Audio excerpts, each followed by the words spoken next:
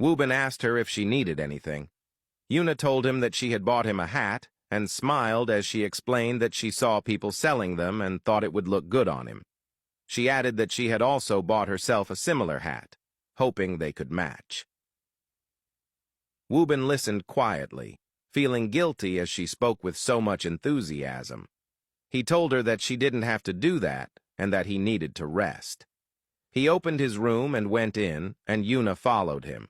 She immediately stood in front of him and asked if he was okay, pointing out that he had suddenly changed and had gone back to being cold towards her.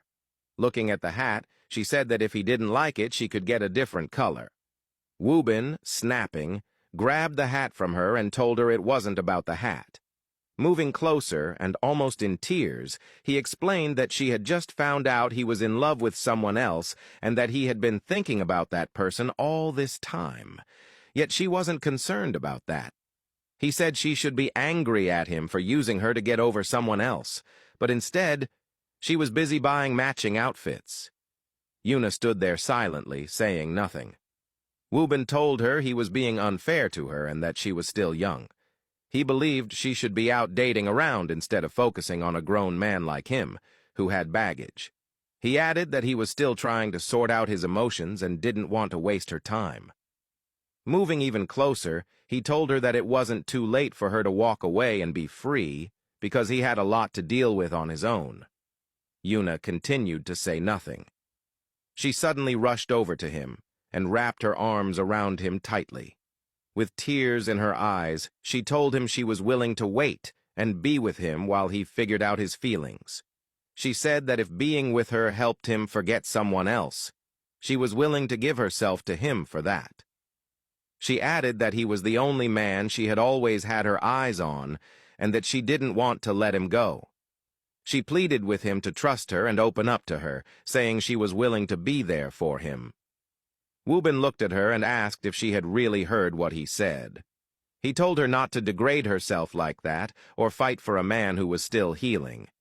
Yuna told him she was aware of his feelings for Minsu and understood that he didn't want to be with her but was just trying to get over her.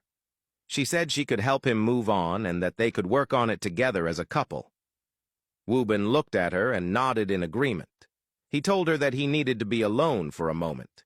Yuna agreed and told him she was going for dinner with Minsu and Sunjin and that he could join them whenever he was ready. She walked out.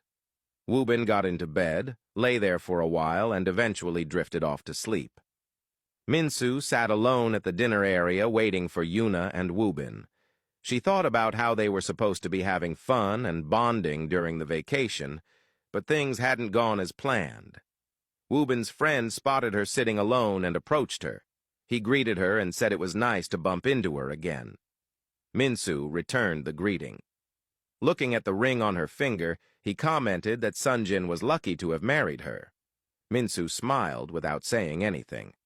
Moving a bit closer, he asked her why they were treating Wobin the way they were. He stated that Wobin was a good person with a good heart and didn't deserve to be treated like that. Minsu replied that she didn't understand what he meant.